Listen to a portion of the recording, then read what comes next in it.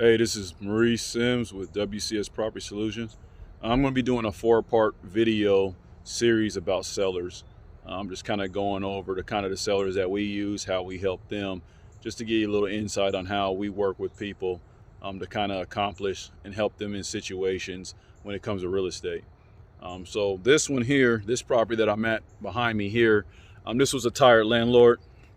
We contacted them. I think I got this word of mouth. So someone knew about us that worked with the seller, and the seller had some tenants. The tenants had been here over 10 years for sure, and it was largely under rent. They were paying under rent market value, and the seller was just older and just tired of it. I think her husband had died last year, so just managing the property was kind of overwhelming. So she reached out to us.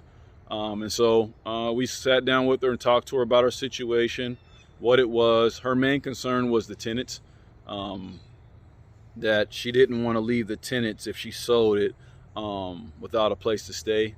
And they had gave some interest in wanting to buy the house and hadn't done it yet. So it was a perfect time for us to step in and just see if there was a way that we could make it happen. What ended up happening was we agreed to inherit the tenants, right, and give them opportunity to enroll in our program.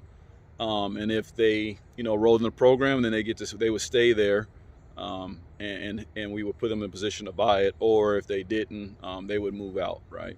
So that was kind of, what we were doing for the seller, man, to give her peace of mind on the property. So we bought it, and we had an interview with the tenants, came in, and then we put them through our program. It came to find out that they didn't qualify, they didn't make enough money. So then, they moved on. What we did do, though, is gave them some money back in their pocket so that they can move forward. Since we came in and it didn't work out, we wanted to help them with the next stage of their life. So we actually gave them some money so that they can kind of move forward and move on.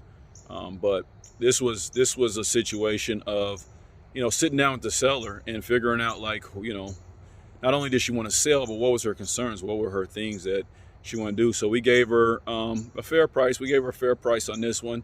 Inherited the tenants, which was a burden for her. And she was just stressed about, what would they do? What would be the next steps for them? So we just stepped in and said, don't worry about them. We'll take care of it. We closed on this one. And what else can I say about this one? It was pretty outdated. The house was pretty outdated. Like I said, they had been there over 10 years. So it hadn't been much maintenance done to it. The yard, just overall, it was really, really, looked like a long-term rental, to be honest with you. So we knew we had a little bit of work to put into it, but the seller was realistic on that price and what she wanted.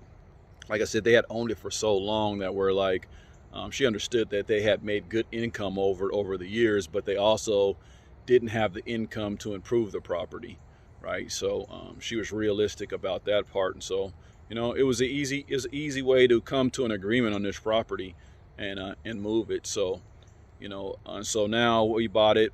I guess it took us about 6 months all in all, because we honored the lease that was in place. So we bought it, lease finished out, we worked with the tenants, we figured out they wouldn't do it, they moved out, and we started our rehab. Rehab took a little longer than we expected, but it is what it is, it's real estate. We got through it, and now, we'll be working to put a new family, a new well-qualified and deserving family into this property. So yeah, just a quick, talk about sellers and how to approach them and how to do it. I take a lot of pride in figuring out what it is, because we do a lot of creative financing. There's a lot of options we have to reach the seller's goals in the sale of this house, right? So the things that they are wanting to get out of the sale, the things that they want to do, the next step of their life, there's a lot of different ways that we can use, our options when we buy a house to give that seller exactly what they're looking for, right? We obviously have to come to an agreement. We obviously have to, work that out through conversation. But yeah, we always can find an option that'll work for a seller if they're open, right? If they're open to listen to some options, listen to some different ideas, different ways you can sell a house, right? And so it works really well if you get the right seller that is understanding, right? She understood she's had this house for a long time and made a lot of money off it, but she also understood she didn't have the money to put back into it. So she was willing to kind of meet us in the middle, right? Meet us in the middle and be like, okay, I want to make my money out of this, but I also understand that like I didn't have the money to put in this to get top of the line, right? To get the top of the line price.